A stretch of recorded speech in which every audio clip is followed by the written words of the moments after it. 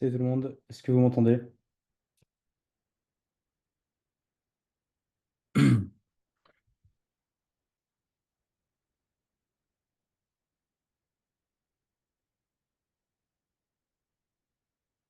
Ok, super.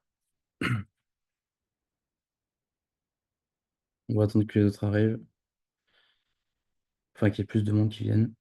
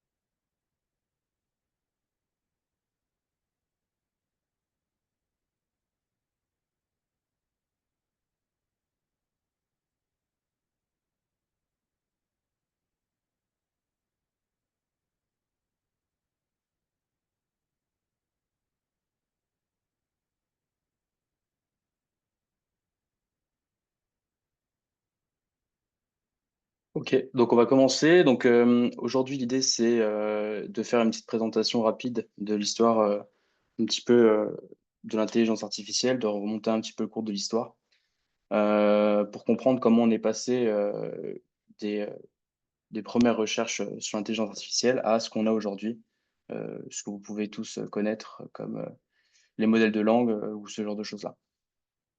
Donc, on verra ensemble les concepts mathématiques qui s'y sont associés. On verra l'histoire, les événements importants. Et puis, on modélisera un perceptron. Puis ensuite, on le programmera pour une tâche assez simple qui a un classificateur linéaire pour déterminer en fait si des mails sont en spam ou ne sont pas des spams. Euh, alors.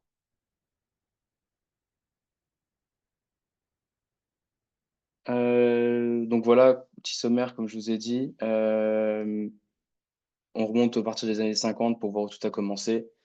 On découvre ce que c'est que le perceptron, le premier modèle inspiré du cerveau humain. Et puis ensuite, on va voir les concepts mathématiques de base, les produits scalaires, fonctions d'activation, qu'est-ce que c'est qu'une fonction de coût. Et puis, on abordera l'algorithme de descente du gradient, qui est un des algorithmes les plus importants en intelligence artificielle et pour tout ce qui est lié à l'apprentissage. Et puis, on terminera par la conception et le développement d'un perceptron pour un classificateur linéaire, comme je vous ai dit, de mail, spam, non spam. Euh, donc, les premiers balbutiements d'intelligence artificielle, c'est 1950 avec le test de Turing. Donc, en fait, un test pour déterminer si une machine peut démontrer un comportement intelligent équivalent à celui d'un humain. On a eu déjà dans les années 40, le neurone formel, il avait été créé par McCulloch. C'est la première mise en place d'un modèle qui colle au neurone humain.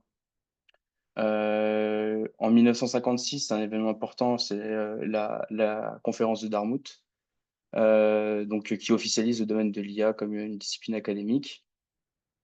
On a en 1986 un des algorithmes les plus importants de l'intelligence artificielle, l'algorithme de propagation vers l'arrière, donc qui permet de propager l'erreur et le gradient vers l'arrière sur les poids, permettant du coup d'entraîner des réseaux de neurones multicouches, ce qui n'était pas possible avant avec le simple algorithme du gradient.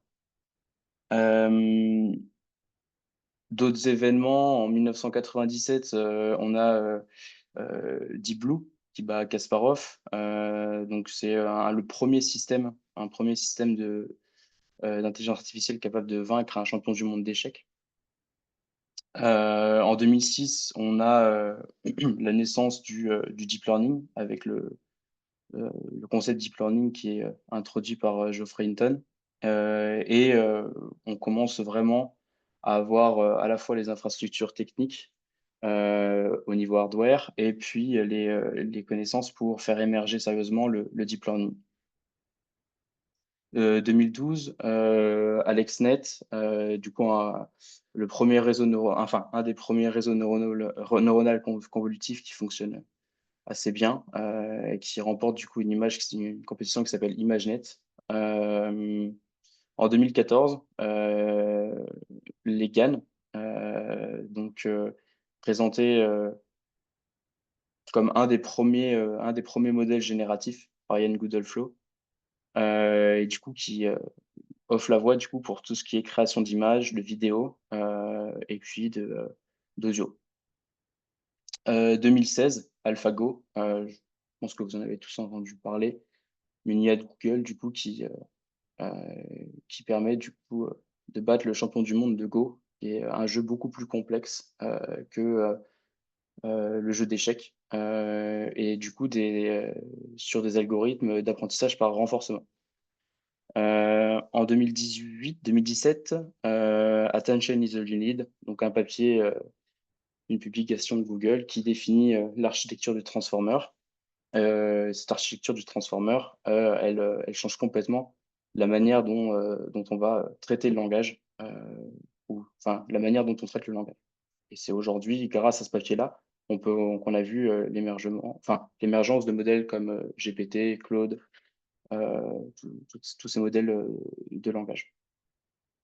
2018, BERT, Google, encore une fois, c'est un modèle qui permet de faire du traitement de langage, de la traduction euh, de manière beaucoup plus précise et correcte. Et puis GPT-3, GPT-1, GPT-2, GPT-3, 3.5, 4, jusqu'à ce que tous les modèles que vous connaissez aujourd'hui, qui permettent de générer du texte de manière presque indiscernable de la manière dont un humain écrit du texte. Et puis, un peu plus tard, en 2022, il y a des modèles comme des modèles qu'on appelle des Stable Diffusion, qui permettent de faire du texte ou image, du image to texte, ce genre de choses. Et donc, du coup, de révolutionner la création artistique. Avant de parler de l'intelligence artificielle basée sur les réseaux de neurones, j'aimerais juste qu'on fasse un petit point entre les deux pans un petit peu de l'intelligence artificielle qui existe aujourd'hui, la partie symbolique et connexionniste. Donc la partie symbolique, c'est une IA qui repose sur la manipulation de symboles et de symboles et de règles logiques. Donc on n'apprend pas à partir des données, mais on définit des règles qui fonctionnent, des règles logiques qui fonctionnent pour résoudre n'importe quel problème.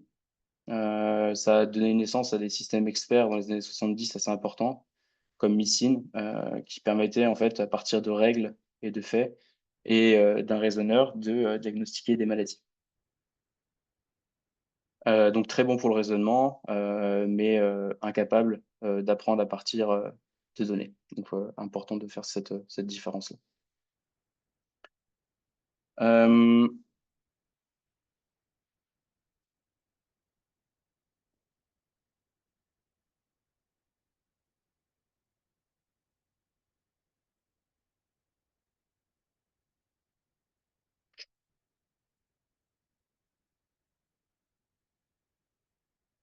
Donc, pour revenir encore un dernier petit temps dans l'histoire, le connexionnisme, en fait, et la manière de traiter l'information avec des réseaux de neurones, ça date pas d'hier. Ça date, comme le premier neurone formel en 1943, ou le perceptron en 1958. C'est assez vieux.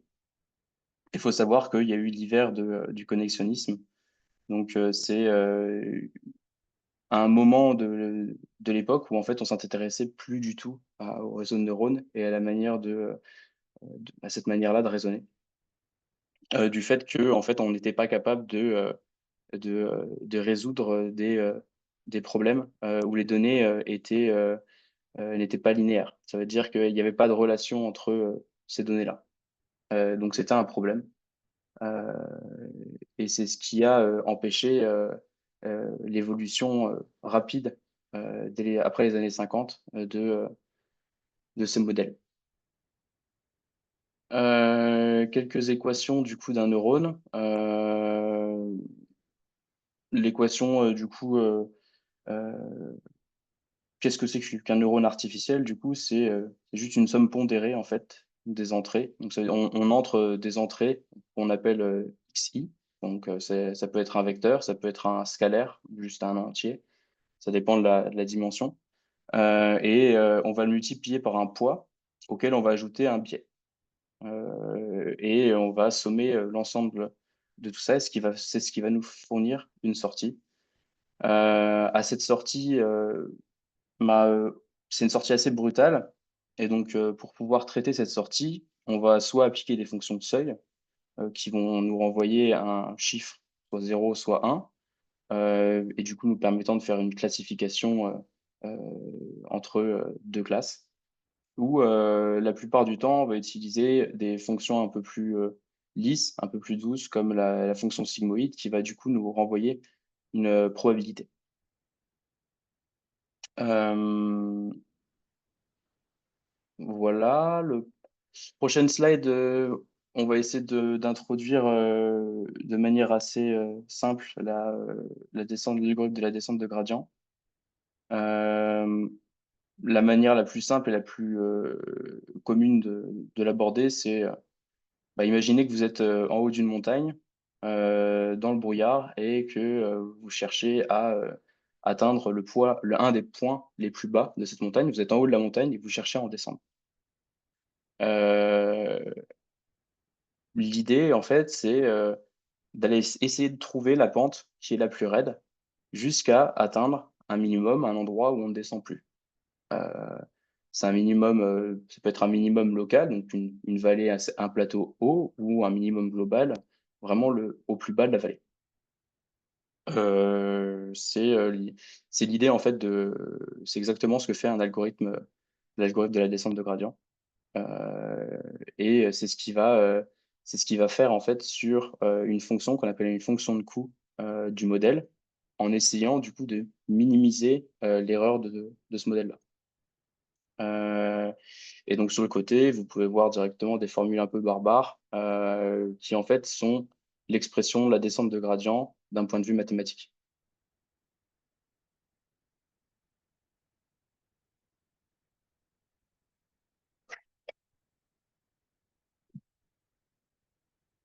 On va maintenant parler un petit peu de comment ça fonctionne, la descente de gradient. Donc sur un exemple assez simple, sur une fonction de R dans R. L'idée de la descente de gradient, c'est d'initier un point qu'on appellera P0, qui est euh, mis en place de manière généralement aléatoire. Et ensuite, ça va être essayer de faire converger ce point P0 vers un point Pn qui tend à minimiser une fonction. Cette fonction qui est représentée en rouge et qui est généralement une fonction de coût. On essaye de minimiser. Donc l'objectif, en fait, ça va être de trouver la direction dans laquelle la tangente au point P0 et l'axe de la pente pour essayer de trouver la pente, en fait, la direction dans laquelle va la pente. Pour ça, on utilise la tangente et la dérivée de la fonction au point P0. Ce qui va nous permettre ensuite, avec une relation une relation de récurrence, de définir du coup cette relation P0, un point, le point qu'on a initialisé de manière aléatoire. Et puis, on va déterminer le point PK comme étant le point PK-1, moins ce petit signe que vous voyez, c'est un pas d'apprentissage, ce qui va nous définir de combien on avance à chaque fois. C'est ce qu'on appelle un hyperparamètre et qui est défini par l'utilisateur. Il n'y a pas de manière juste de le définir. Et on va multiplier ce paramètre, cet hyperparamètre, par la dérivée, la valeur de la fonction dérivée au point pk-1. Et puis derrière, on va continuer ça, continuer jusqu'à ce que, bah, on atteigne un nombre d'itérations qu'on aura défini au départ ou jusqu'à ce que, la différence entre Pk et Pk-1, donc la valeur absolue de cette différence, soit inférieure à epsilon. Epsilon, qui est quelque chose généralement qui est assez petit. Généralement, on est sur, des ordres de 10 puissance -3, 10 puissance -4. Hem Et pour terminer sur la descente de gradient, ce qu'il faut savoir, c'est que, bah, en réalité, l'algorithme de descente de gradient, il est quasiment jamais utilisé avec des variables scalaires, comme on vient de le voir là, mais plutôt avec des vecteurs de dimension n. Et donc du coup, ces modèles-là, des modèles comme GPT, ils vont utiliser des vecteurs d'entrée dont la taille, elle dépasse souvent les plusieurs milliers de dimensions. Donc c'est des choses qu'on ne peut pas représenter sur le plan, 2D ou 3D, mais il faudrait avoir un plan, à 1000 dimensions pour pouvoir le représenter et ce qui est impossible. Et donc du coup, pour ça, on ne va pas calculer des simples dérivés, mais on va calculer ce qu'on appelle des dérivés partielles en fonction de chaque composante des vecteurs d'entrée.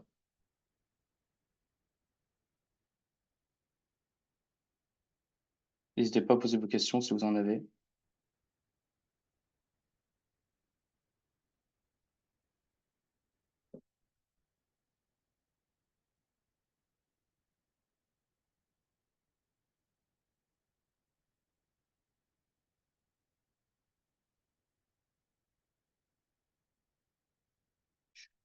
Hem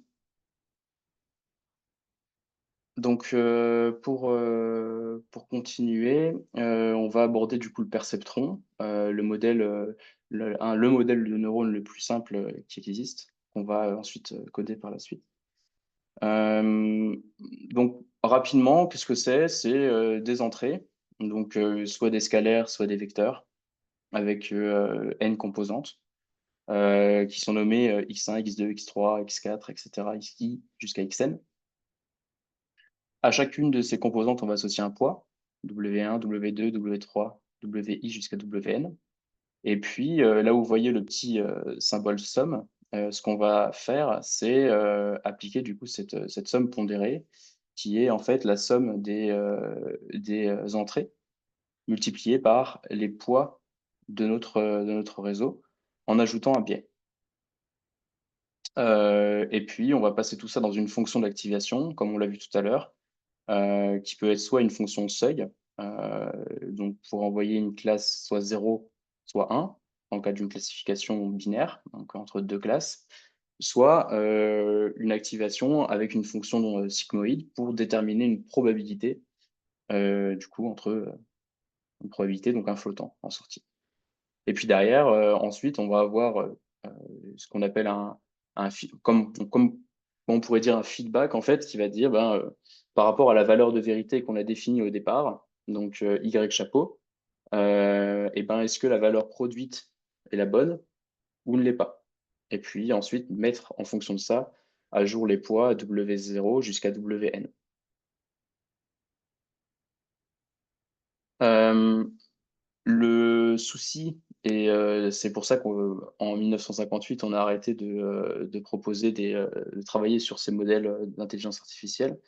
C'est parce que, le perceptron, qui est du coup un seul neurone, ne peut pas modéliser, des relations avec des données qui sont non linéaires et donc du coup, on peut pas modéliser des relations qui sont complexes et c'est assez limitant. Jusqu'à, comme on l'a vu la dernière fois, enfin comme on l'a vu tout à l'heure, en 1986 avec Geoffrey Hinton et l'algorithme de rétropropagation du gradient qui permet en fait, de rétropropager l'erreur tout au long du réseau, donc dans un réseau multicouche.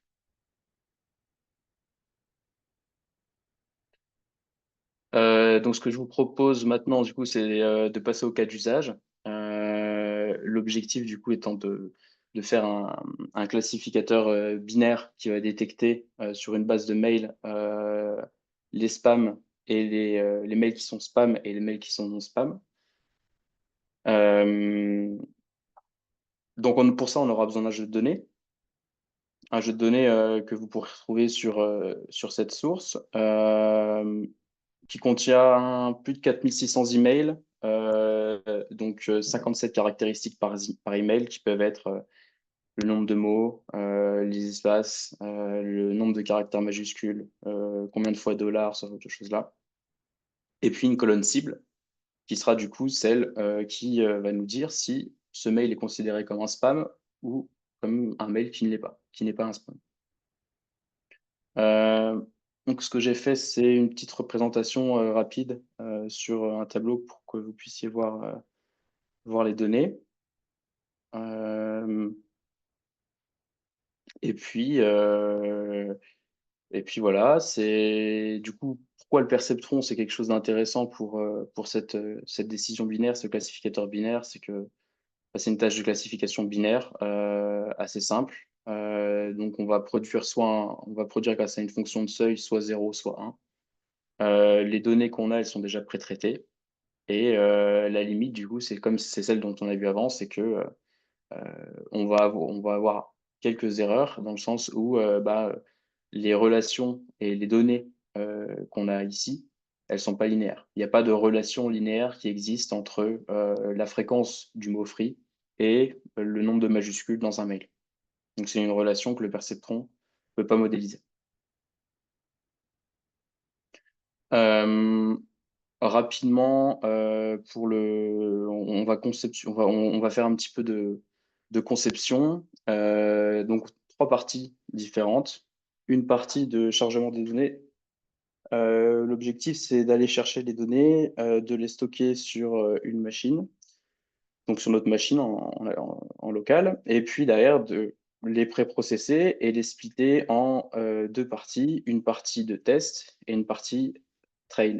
Donc, on déterminera la partie train, donc 80% des données du jeu d'entrée, et la partie test qui sera équivalente à 20% du jeu d'entrée.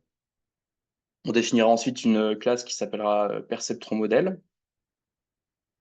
L'objectif, en fait, c'est de faire une implémentation simple à l'intérieur du perceptron avec une fonction qui nous permettra de prédire, en fait, à partir d'un vecteur d'entrée, comment ça s'appelle, une sortie. Puis aussi une fonction d'entraînement, donc avec des données d'entrée, avec leurs données de vérité, et puis aussi un nombre d'époques qui est en fait le nombre de fois qu'on va revenir en arrière, faire du feedback pour faire évoluer nos points. Et puis le dernier, une petite classe qui s'appelle Metrix et qui a pour but en fait de principalement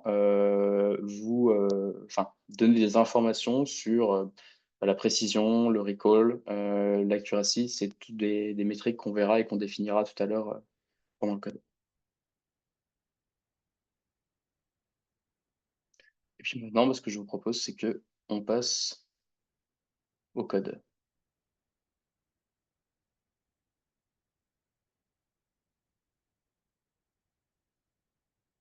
Hum, hum, hum.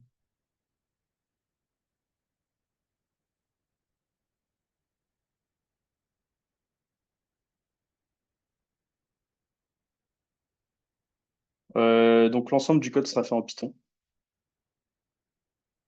Je vais prendre mes notes à côté. Donc l'ensemble du code sera fait en Python. Donc tout le monde a vu, en tout cas, la programmation orientée objet en Python. L'idée, ça va être d'avancer et d'appliquer aussi les concepts de programmation orientée objet que vous avez vus pendant votre début de deuxième trimestre, euh, en fait, dans ce code.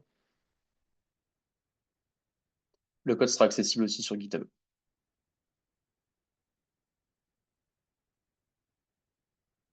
Donc, ce que je vais faire rapidement, c'est que je vais faire un git ignore.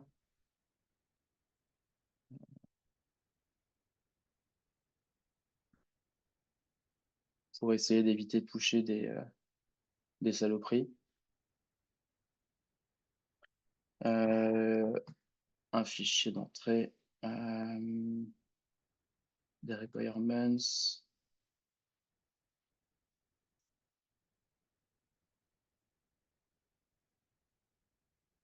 Et,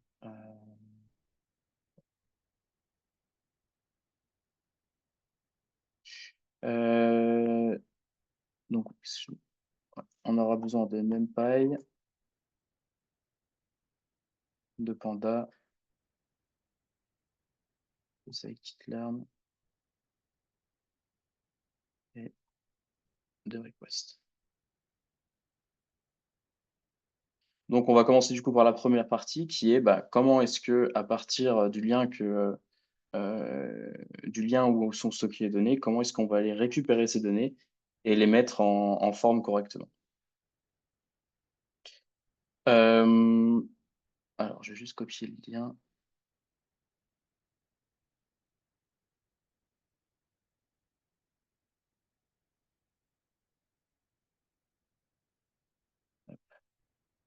On va se faire une petite classe data loader dans laquelle on va définir UCI.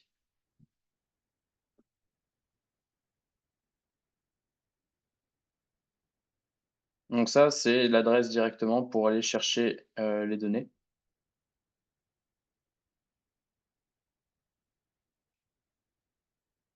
On va se définir une variable qui va nous dire où sont stockées nos informations, enfin nos données. On va aussi aller mettre dans le gitignore.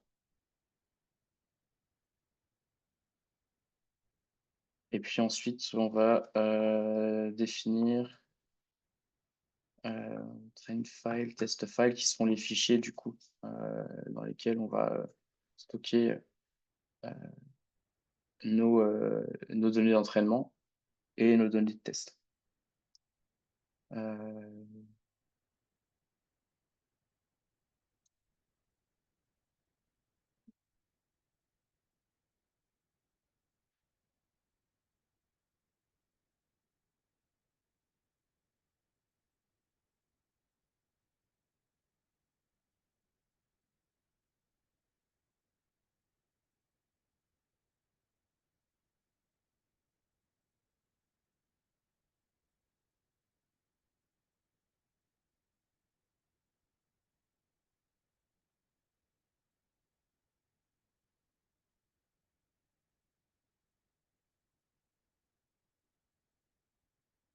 On va ensuite aller créer notre classe, data loader.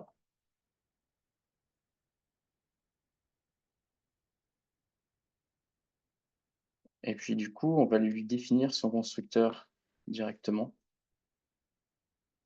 Donc notre classe data loader, elle va prendre en argument dans son constructeur un pourcentage qui va être un pourcentage donné sur notre test size, par exemple. Donc, combien de pourcents des données initiales représentent nos données de test et combien de pourcents représentent nos données d'entraînement. Donc, on va appeler ça test size, qui est du coup un flottant et qu'on va placer par défaut à 0,2. Et puis ensuite, on va aller mettre directement dans notre constructeur toutes les variables dont on va avoir besoin pour faire fonctionner directement notre data loader, notre classe pour charger nos données. On va aussi définir une seed. Non, pas forcément. Voilà. Ce qu'on va faire aussi, c'est que on va aller créer le dossier data, donc le data dir qui est ici, qui va stocker nos informations pour, en tout cas, s'assurer qu'il existe. Et pour ça, du coup, on utilise la fonction qui provient du module OS, qui est un module directement, qui est en built-in dans Python, qui va permettre en fait de créer un répertoire, mais aussi de tester s'il existe avant, et s'il existe, de ne pas le créer. On va aller se définir une fonction entre guillemets privée qui s'appelle load ordonald. Donc l'objectif en fait de cette fonction, Ça va être, de comment? D'aller chercher, les données sur, internet, donc du coup sur l'URL de Spambase ou directement et ben, si elles existent déjà, aller directement les chercher dans le dossier data. Donc on aura 2 choses à faire, vérifier si nos fichiers existent. S'ils existent, dans ce cas-là, les traiter et puis sinon, dans un second temps, s'ils n'existent pas, on va aller directement les télécharger et faire, les choses qu'il faut. Donc, du pré-process, du split et aussi, mélanger nos données pour, pour que ce soit assez, assez bien réparti. Heu, donc première chose, on va utiliser os.paf et pour, vérifier si, bah, nos fichiers qu'on a définis au-dessus, le train file et le file existent. Donc on fait une opération booléenne et entre, ces deux instructions. Si on va juste changer par test file. Et puis, ben, si cette condition elle est validée, ça veut dire qu'ils existent déjà. Donc la seule chose qu'on aura à faire, c'est charger, les, données du coup d'entraînement en utilisant, NumPy. Donc il va falloir qu'on aille l'importer.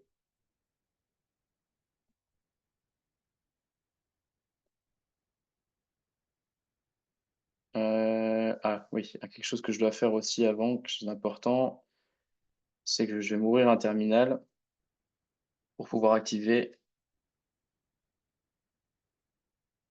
mon environnement de développement, mon environnement virtuel Python. Donc je me crée un environnement virtuel Python que j'active directement sous, en tout cas sous macOS ou sous Linux qu'on active avec, source, venv, bin et activate et on se trouve dans notre environnement et puis on va faire un coup de, pip install, -r pour, récursive, les requirements.txt qui va nous permettre d'installer en fait tous ces requirements là.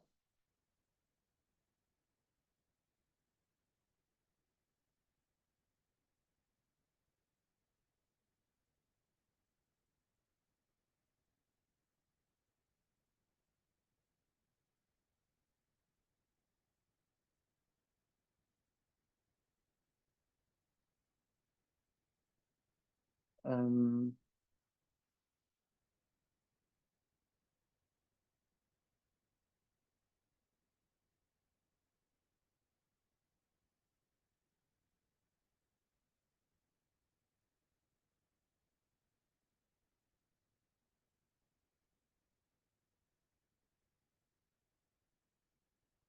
OK, je pense que c'est mieux comme ça. Voilà. Petit tips aussi, si vous voulez activer votre environnement, virtuel Python, vous pouvez directement aller, bah, ici, sur la version. Ça, c'est la version globale à ma machine. Mais ce que je vais faire, c'est aller chercher l'environnement virtuel pour cliquer dessus et donc du coup directement avoir toute l'autocomplétion, nécessaire. Vous allez voir aussi pas mal d'erreurs, enfin, c'est pas des erreurs, c'est plus des warnings qui sont liés du coup à, mon code Python et à un module qui s'appelle flag8 et qui permet de faire c'est un linter en fait qui permet d'avoir, heu, les choses faites correctement. Heu, hop, hop. Donc on a chargé avec la fonction load, notre donnée, sur la train data. On va faire exactement la même chose pour, notre, test data.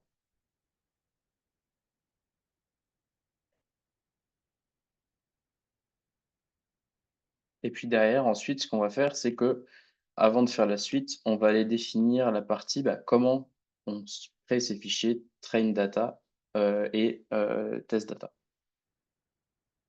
Donc pour ça, on va aller, créer une fonction qui s'appelle, download extract. L'idée, en fait, ça va être d'aller récupérer le fichier zip qui est fourni par, UCI, sur Spambase et directement, d'aller utiliser, en fait, ces données-là. Donc on va créer notre fonction ici et puis voilà. Dans cette fonction, du coup, on aura toute la partie pour, récupérer les informations et pour ça, on va utiliser un module qui s'appelle request. Le module request, il permet directement de faire des appels HTTP, vers, d'autres services. Donc, récupérer, une page web, ça peut être possible. Aller, charger, une donnée, sur un serveur, faire un call API, tout ça, c'est possible avec request et donc du coup, on va faire une requête get, donc en get sur UCI URL pour aller ensuite récupérer le fameux fichier, spambase.zip qu'il y a ici. Notre objet response, on a quelque chose à faire parce que notre response, ça peut être fausse. Imaginez demain le lien est changé, ça fonctionne plus. On a envie de savoir que ça fonctionne plus. Donc ce qu'on va aller tester, c'est est-ce que notre response, est-ce que notre requête a bien fonctionné? Et pour ça, on va directement utiliser, le code 200 qui est en fait la requête de base, enfin le code, le statut de base en fait quand on on reçoit une réponse HTTP, si on a un code 200, ça veut dire que la réponse a bien fonctionné. Si c'est différent de ce code 200, c'est qu'il y a une erreur. Donc si on a un code différent de 200, donc la requête s'est mal passée, on va relever une exception et puis on va dire erreur de téléchargement. Puis ce qu'on peut faire, c'est qu'on peut faire une f fonction en mettant, par exemple, response.status code. Qui va nous dire du coup, par exemple, ça peut être une 404, la page n'a pas été trouvée, ou une 500, il y a une erreur au niveau du serveur, ce genre de choses-là. Ensuite, on va utiliser un module qui s'appelle zipfile, qui est directement built-in in Python aussi. Et ce module, en fait, il nous permet de directement, grâce à un objet qui s'appelle zipfile, d'extraire en fait directement les informations de comment ça s'appelle, de notre fichier zip. On va avoir aussi besoin d'un module qui s'appelle IO.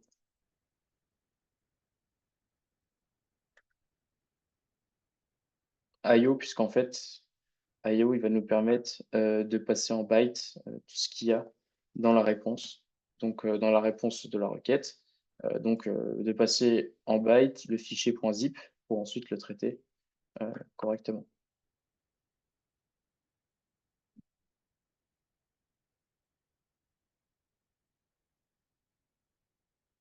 Donc, quand je suis allé explorer les données, je suis allé explorer le zip et j'ai vu que dans ce zip, il y avait un fichier qui s'appelle spambase.data et c'est ce fichier-là qu'on va aller charger. Le fichier spambase.data, c'est un fichier en point .data, mais il s'apparente à un fichier TXT. C'est pour ça qu'on va utiliser np.load.txt. Du coup, sur notre fichier f qu'on a ouvert juste avant, juste là, avec le asf, donc le z.open asf. Et puis derrière, après, ce qu'on va aller faire, c'est que chaque donnée, on sait qu'elle est séparée d'une virgule. Et donc, du coup, on va appliquer un délimiteur.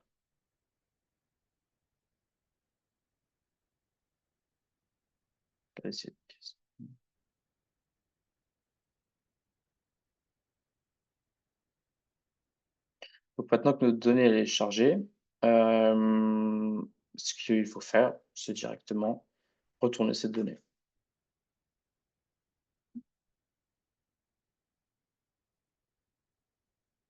Et donc du coup, maintenant notre fonction download and extract, elle nous permet directement de retourner un numpy ndarray qui contient en fait des flottants.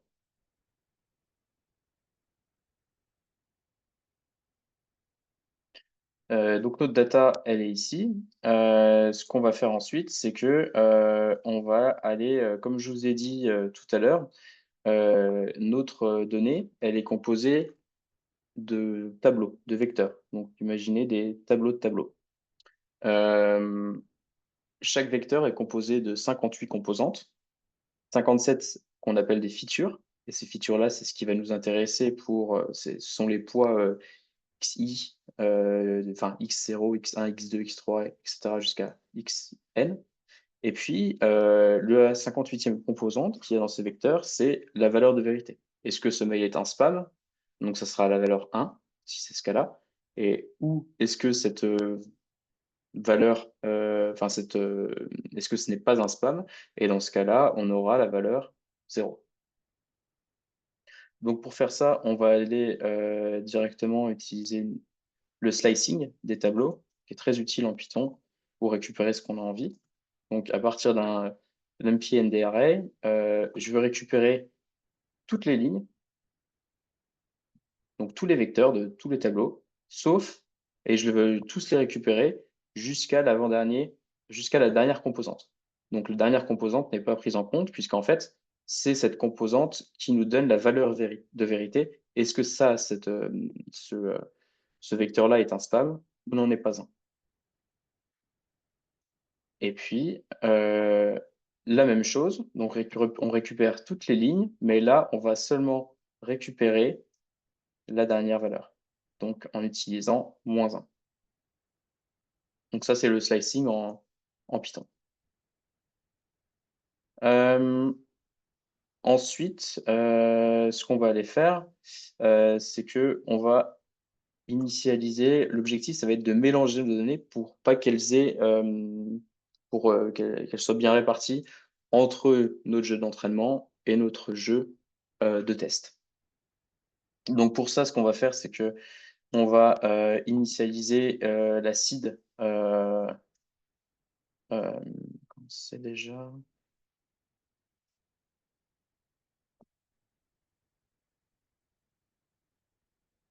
Seed. Donc initialiser la seed, donc ça c'est, définir une seed, c'est, un générateur aléatoire, et puis on va lui mettre, ce qu'il prend, c'est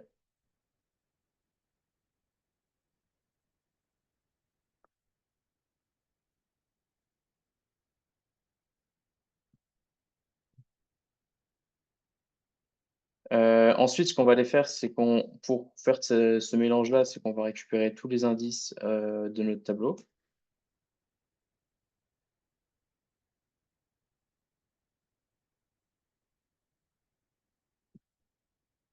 Donc l'indice 0, 1, 2, 3, 4, 5, 6, 7, 8, 9, 10 jusqu'à du coup, je vous ai dit qu'il y avait environ 4600, échantillons. Et ce qu'on va faire ensuite, c'est qu'on va aller mélanger tout ça. On va les mélanger pour ensuite reconstituer notre tableau d'entraînement et notre jeu d'entraînement et nos jeux de test de manière totalement aléatoire. Donc pour ça, on va utiliser shuffle qui est directement dans Python et qui nous permet de mélanger notre tableau. Et puis en fait, derrière, ce qu'on va faire, c'est que maintenant qu'on a notre tableau mélangé, donc avant on avait 0 jusqu'à 4600, disons. Maintenant qu'on a notre tableau mélangé grâce à la ligne 40, on aura peut-être 3500, et puis 4, et puis 2380, etc., etc. Donc on va définir un split IDX qui en fait est défini avec la valeur qu'on aura passée ici, le test size, et qui va nous permettre de définir, comme là on est à 0,2, qui va nous permettre de définir un jeu de test de 20% des données initiales et un jeu d'entraînement qui fait 80% des données initiales. Donc pour ça, on va aller prendre la taille du vecteur X, enfin du tableau X, et on va aller la multiplier par 1 moins self.test size. Donc ça, qu'est-ce que ça fait? 1 moins test size, on va avoir 0,80, ça va nous donner 0,80, ça va nous donner 80% du tableau des indices. Et donc du coup, c'est ce qui va nous permettre de splitter entre nos données d'entraînement et nos données de test. Et on va faire ça juste après. On va caster ça en int.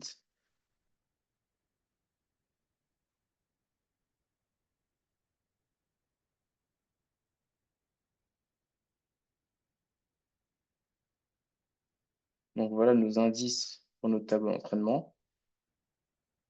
Donc jusqu'à split IDX. Et là, du coup, sur les derniers éléments. Et puis ensuite, ce qu'on a juste à faire, c'est que maintenant qu'on a les indices, on assigne les valeurs à quelque chose. Donc on va définir ici l'attribut de la classe qui s'appelle xTrain. On va définir un none au départ. Pareil pour xTest, mais aussi pour yTrain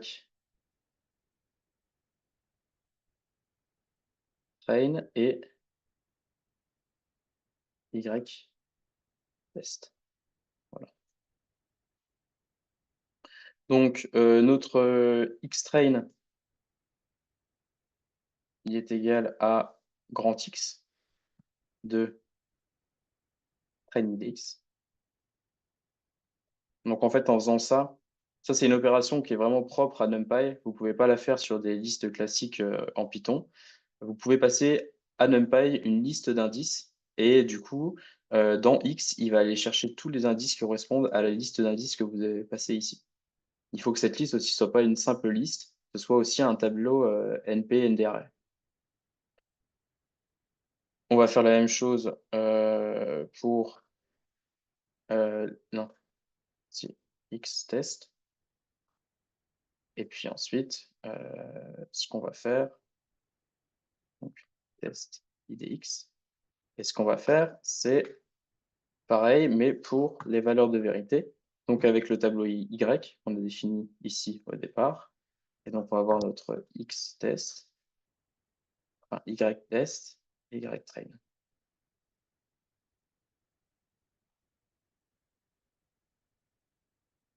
Et voilà. Et puis ensuite, alors, ce que j'aime faire, c'est que pour stocker, on va les stocker directement dans un fichier qui s'appelle trainFile. Comme ça, on n'aura pas besoin de refaire l'opération à chaque fois. Et on va aller stocker tout ça là-dedans.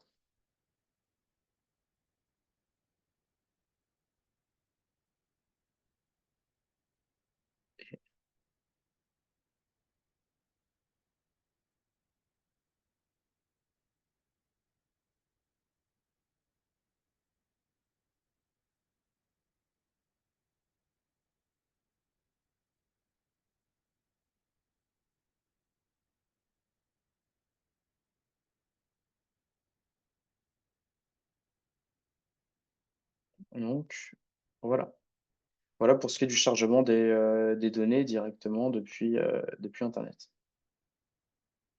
Donc, si on reprend en fait directement maintenant notre fonction où on a déjà fait ça, je ne sais pas, dans une itération précédente ou quand on a laissé notre code précédemment. Ce qu'on va faire ici, c'est qu'on va aller récupérer, une fois qu'on a chargé du coup ces fichiers-là, on va les splitter sur les différents, comme on a vu ici, les ytrain, ytest, xtrain et xtest. En rappelant du coup encore une fois que tout ce qui est xtrain, ce sont les vecteurs qui présentent l'ensemble des features pour l'entraînement. Xtest, les vecteurs qui contiennent l'ensemble des features pour le test. Ytrain, les valeurs de vérité pour chaque vecteur pour l'entraînement. Et ytest, les valeurs de vérité pour chaque vecteur pour le test. Donc ici, ce ne sera pas ça. Ce sera directement le train data qu'on a pris ici. Et on passe à X, puisqu'en fait, ça s'identifie avec la clé X, comme on l'a identifié avec la clé X ici. Et Y, du coup, pour cette partie-là. Donc ici, ça va être notre test data, Y, train data Y, pardon. Et c'est un petit Y, du coup.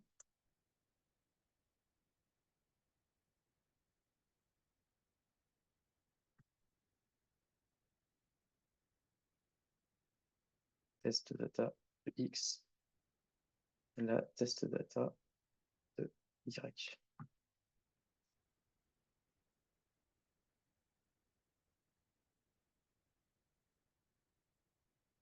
60, tu vas laisser test idx au lieu de train idx.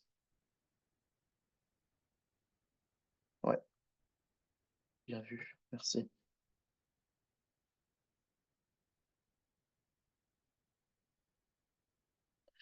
Et donc du coup maintenant, eh ben, on a, toutes nos informations et peut-être ce qu'on peut faire, maintenant qu'on a fait tout ça, pour vérifier qu'il y a pas de bug, on peut tester ça dans un main directement. Donc ce qu'on va faire, c'est que donc if name égale à main, donc notre boucle globale, ce qu'on va faire, c'est qu'on va faire notre data loader ici. Data loader, on va laisser le test size comme il est. Et puis on va faire un data loader. Voilà, on va même pas faire ça. Ce qu'on va faire, c'est les charger directement. Et pour faire ça, on va directement appeler cette méthode dans notre constructeur. Voilà. Un petit test ici. Puis on va tester ça. Donc, Python, data loader. Ok, donc on a bien chargé nos data.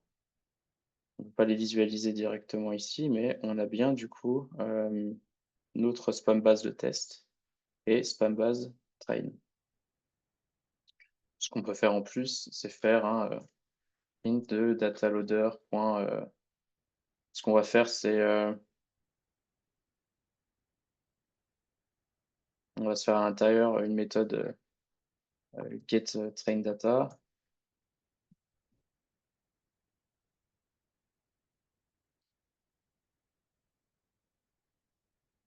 Donc return self.xtrain,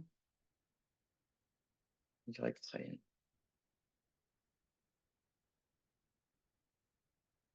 Et puis même chose, mais pour les données de test.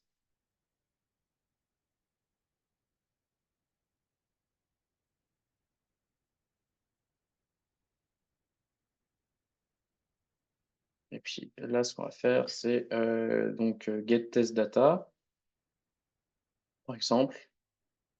Donc on a y égale ça.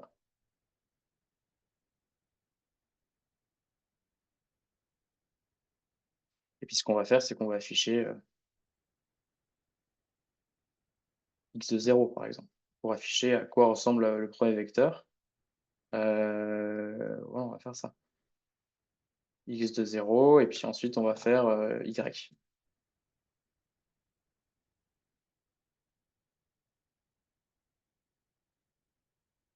Y de 0 plutôt, ce sera plus facile, on verra mieux. Voilà, donc ça, ce sont nos 57 features. Et puis, eh ben, on a 0. Donc ce mail-là, qui correspond à, qui a été, dans lequel on a extracté ces 57 features, eh ben, on considère ça comme quelque chose qui n'est pas un spam. Donc voilà pour la partie chargement des données. Et puis pour finir ce live coding, bien sûr, du coup, ce que je vous ai pas dit, c'est que semaine prochaine, on terminera ensemble le perceptron. Mais pour finir ce live coding, ce que je propose, c'est de vous montrer une méthode qui permet en fait qui s'appelle la normalisation min-max. Donc c'est souvent une normalisation qu'on fait pour préprocesser les données. Il y a plein d'autres genres de normalisation. Mais en fait, cette normalisation, elle va nous éviter que les données qui soient aberrantes aient une grosse pèsent beaucoup en fait dans la balance. Donc cette normalisation min-max, en fait, elle est assez simple.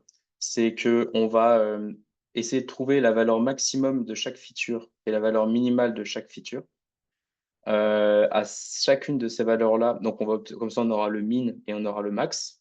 On va créer un dénominateur donc de notre fraction, puisque c'est un ratio qui sera égal à la valeur max moins la valeur min.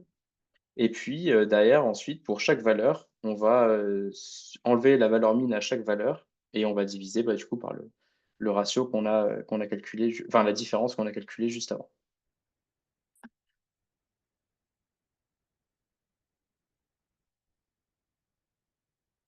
Donc on va définir xmin. Donc c'est sur les données d'entraînement et sur les données de test aussi. Il y a une fonction directement qui est associée au tableau NPRA qui s'appelle min. Donc c'est quelque chose d'intéressant. Ce qu'on va faire, c'est par rapport aux lignes, pas par rapport aux colonnes directement, puisque si on fait par rapport aux colonnes, c'est qu'on va prendre toutes les features qui sont free. Ça nous intéresse pas. Nous, on veut le vecteur pour un seul mail dans son ensemble. C'est pour ça qu'on prend l'indice 0. Et pareil, du coup, pour x max. Ici. Et puis, ce qu'on va faire, donc xmin, on va même le clé xmin train, xmin test. Et ce qu'on va faire derrière, c'est que self.x train, c'est ce que je vous ai dit, on va faire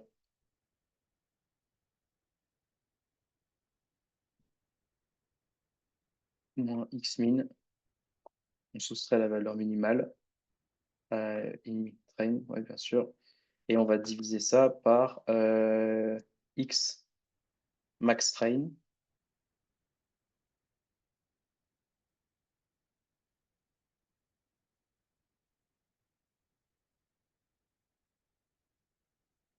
moins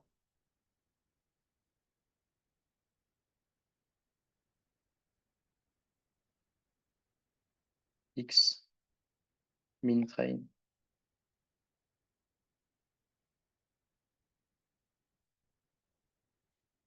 Et puis, on va faire pareil pour les données de test.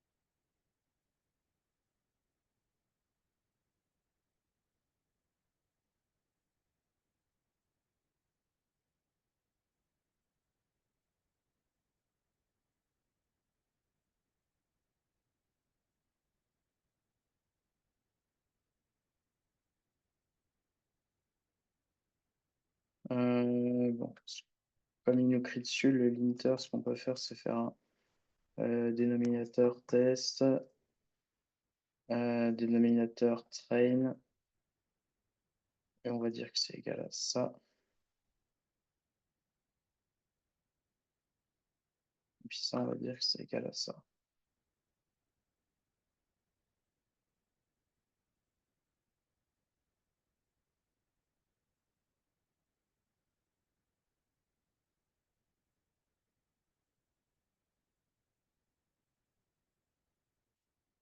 Et normalement, on est tout bon là-dessus. Peut-être ce qu'on peut faire à la fin, du coup, c'est que quand on va, à chaque fois qu'on va charger des données, nos données, d'ailleurs, ça peut être une fonction privée, qu'on va les passer en haut, du coup. À chaque fois qu'on va charger nos données directement, eh ben, on va appeler cette fonction.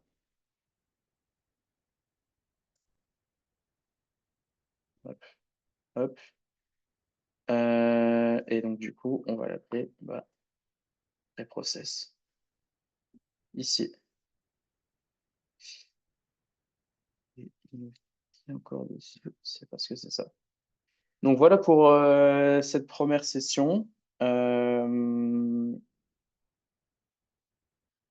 Donc, ouais, alors qu'est-ce que j'ai mis dans le constructeur? Ce que j'ai mis dans le constructeur directement, c'est un peu l'ensemble des attributs de la classe qu'on va avoir. Donc le seul paramètre qui est à entrer, c'est un paramètre qui va nous permettre de faire varier sur comment on va splitter notre jeu de données initiales, puisque on va mettre 20% pour les données de test et 80% pour les données d'entraînement.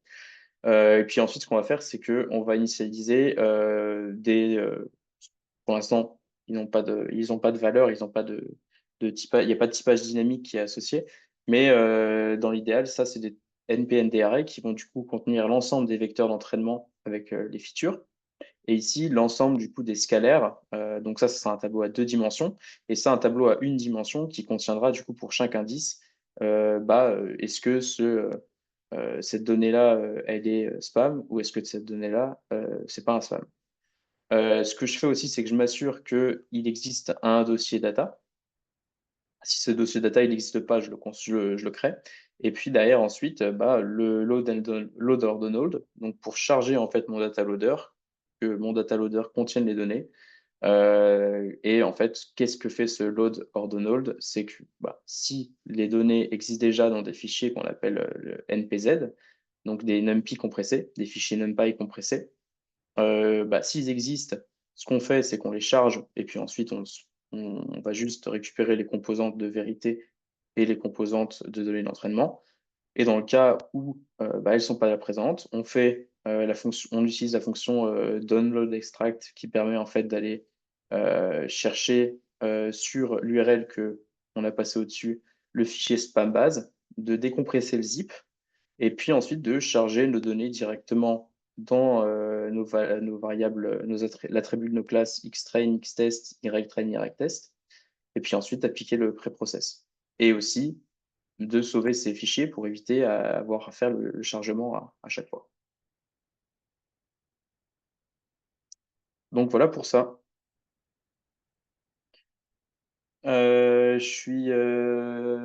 Du coup, semaine prochaine, on termine les 2 dernières classes qui nous restent à faire, à savoir la partie perceptron, donc modèle perceptron, et la partie métrique. Et puis on mettra à jour le fichier main, on observera ensemble les métriques, on parlera de qu'est-ce que c'est que le recall, qu'est-ce que c'est que le F1 score, qu'est-ce que c'est que la précision, l'accuracy aussi. Et puis voilà. Donc je vous souhaite une bonne fin d'après-midi et à la semaine prochaine.